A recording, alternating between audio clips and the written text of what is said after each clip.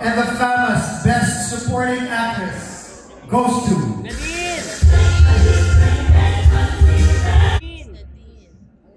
Nadine Lustre!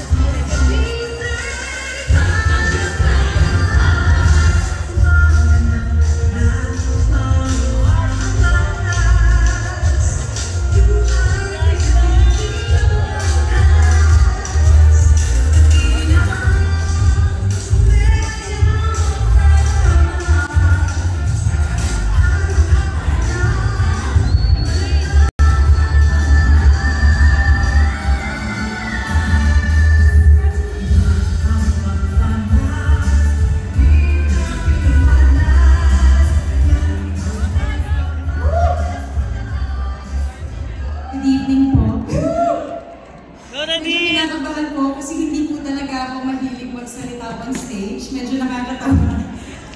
Pero gusto kong magpasalamat sa FAMAS. Sobrang proud po ako and sobrang honored ako na mapabilang sa listahan ng mga Best Supporting Actress. Lalo na po mga legends, yung mga ibang nominees din. So again, maraming salamat po sa FAMAS for this one. I will always and forever cherish this. Marami po akong gustong pasalamatan and gustong pag-alayan po ng award na to.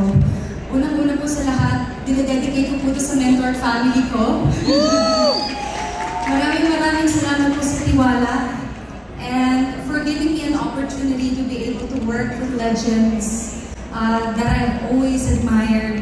Sa family ko po, sa Viva family, fans, and of course, to Chris, my partner, thank you for allowing me to be true to myself and for loving me always.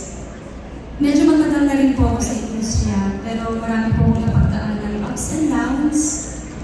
Spent a lot of time and years waiting po for the right break. And meron po mga times na gusto ko nang mag-give up. Kasi parang feeling ko imposible po yung dream ko na matupad. Kanina pa nung iniisip ko yung speech ko, sabi ko, sino pa bang gusto mong pasalamatan?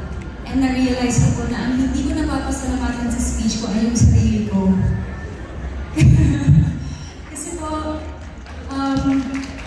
gusto ko pasalamatan yung sarili ko dahil medyo mahirap naman din po yung pinagdaanan namin.